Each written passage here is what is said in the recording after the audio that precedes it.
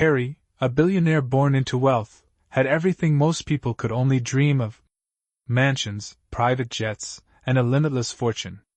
But his life lacked something priceless: genuine love. At 30, his father delivered a life-altering ultimatum: marry within a year or lose the inheritance. Tired of insincere relationships and people enamored only by his fortune, Harry devised a bold plan to find someone who loved him for who he was, not what he had. He abandoned his lavish lifestyle and took on the guise of a gardener in a modest city. Dressed in overalls, he worked at the estate of Mr. Mwanza, tending roses and trimming hedges. In the evenings, he sold yogurt and ice cream from a bicycle cart, relishing the simplicity of his new life. Harry marveled at the freedom his new life offered. No one knew his real identity, and for the first time, people saw him as Harry the gardener, not Harry the billionaire. Yet, his search for genuine connection was far from over. Women like Paulina, who flirted shamelessly to secure free yogurt but never showed loyalty, reminded him of the superficiality he fled. One morning, as the sun bathed the garden in golden light, Harry heard the soft rustling of footsteps.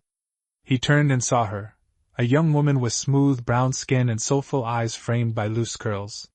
She walked with a quiet grace, her basket swaying at her side. Her gentle humming blended with the birdsong. For a moment, Harry forgot how to breathe. "Good morning," he managed to say, his voice tinged with curiosity. Startled, she looked up and offered him the kind of smile that could melt an iceberg. "Good morning," she replied, her voice a melody so gentle it sent a shiver down his spine. They exchanged a few words. Her warmth and kindness captivated him instantly. She apologized for her haste, explaining she was running errands for her employer, but her voice lingered in his mind long after she disappeared from view. That brief exchange stayed with Harry. Her unassuming charm and genuine warmth struck a chord deep within him.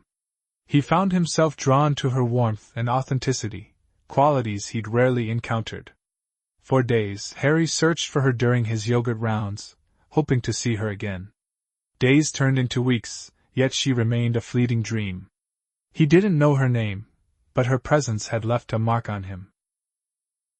Fate worked its magic one quiet afternoon. Harry was wiping sweat from his forehead when she appeared again, her steps tentative. He gathered the courage to speak. "You are back! Do you often visit this garden?"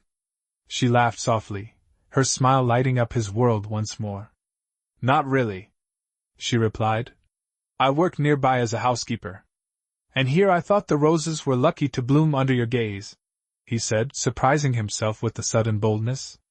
She tilted her head, amusement twinkling in her eyes. "You're quite the charmer for a gardener." "I try," Harry said with a grin, his heart leaping at her playful tone.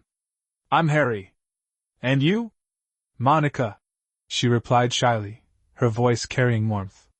Thus began their story.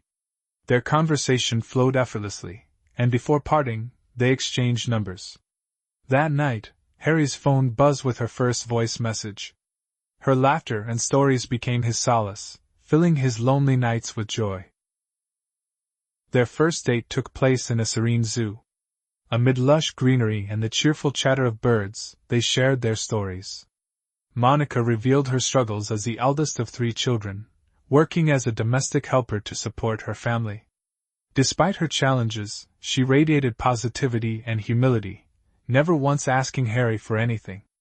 "Harry," she said softly, gazing at the horizon, "love isn't about wealth or status. It's about the connection between 2 hearts." Her words melted Harry's defenses.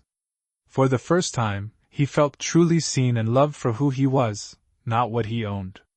Despite her struggles, Monica radiated optimism. "Life isn't about what you have," she said, "but who you share it with." Her words resonated deeply with Harry. She wasn't drawn to wealth or status, just the kindness of a gardener who listened intently and cared deeply. Their bond grew with every shared laugh and stolen glance. Monica's simplicity and honesty were a refreshing contrast to the superficial relationships Harry had known. Over the following weeks, they met often, their bond growing even stronger with every moment spent together. Monica's unwavering kindness and honesty convinced Harry she was the one he'd been searching for. Harry found joy in the smallest moments, walking hand in hand under starlit skies, sharing stories over yogurt cups, and hearing her laughter echo through the garden. As their bond deepened, Harry faced a moral crossroads. He couldn't keep his true identity hidden. One evening, as fireflies danced around them, Harry knew he couldn't keep lying. "Monica," he began, his voice trembling, "I need to tell you something." She looked at him, her eyes steady but curious. "I'm not just a gardener," he admitted. "My real name is Harry Gamba. I'm a billionaire. I wanted to find someone who loved me for myself, and you've shown me a love so pure it humbles me." Silence enveloped them. The air felt heavy as Monica processed his words. Finally she spoke, her voice soft but resolute. "Harry," she said, taking his hand. "Harry, I fell in love with a man who tended flowers with care and spoke with sincerity.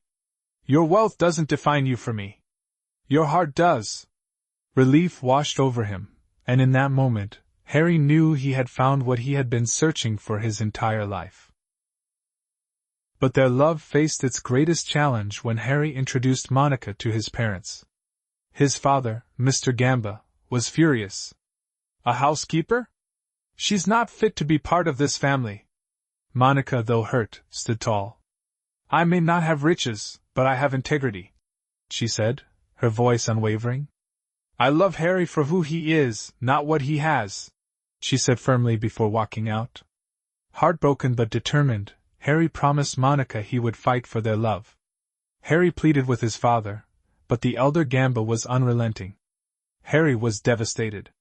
Torn between loyalty to his family and love for Monica, he reluctantly agreed to meet Alipa, the wealthy daughter of a business tycoon his parents favored. Their engagement was announced within weeks, a decision that crushed him. On the morning of his wedding to Alipa, Harry collapsed. Overwhelmed by stress and heartbreak, he was rushed to the hospital. As his condition worsened, he whispered to the doctor, "I need Monica. She's my heart." Witnessing his son's pain, Mr. Gamba realized his mistake. He publicly apologized for their treatment of Monica, and pleaded for her return. He phoned Monica and pleaded for her help. "Please," he begged, his voice thick with emotion. "Come back. Harry needs you." Monica hesitated, her heart still aching. But love triumphed over pain. She arrived at the hospital, her eyes brimming with tears. She found Harry frail and pale. Taking Harry's hand, she whispered, "I'm here, my love." Her voice, filled with love and reassurance, stirred something within him. Slowly, his eyes fluttered open, meeting hers with a faint smile. "Monica," he murmured, a weak smile gracing his lips. Her presence reignited his will to live. With Monica's love and care, Harry recovered swiftly. His parents, humbled by her devotion, embraced her as one of their own. Months later, Harry proposed to Monica in the very garden where they first met. Surrounded by blooming roses, she said yes. Their wedding was a testament to love's power to conquer all wealth, prejudice, and hardship. Together they built a life filled with love, laughter, kindness, and gratitude.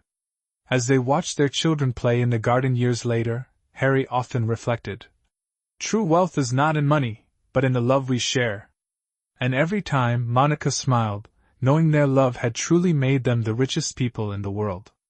Their story became a testament to the power of love to overcome all obstacles, proving that the heart always knows its true match. The end.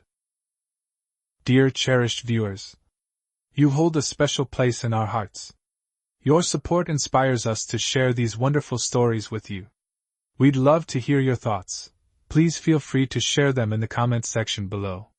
Don't forget to join our storytelling family by subscribing to the African Evening Tales channel. Together, let's keep the magic of these tales alive.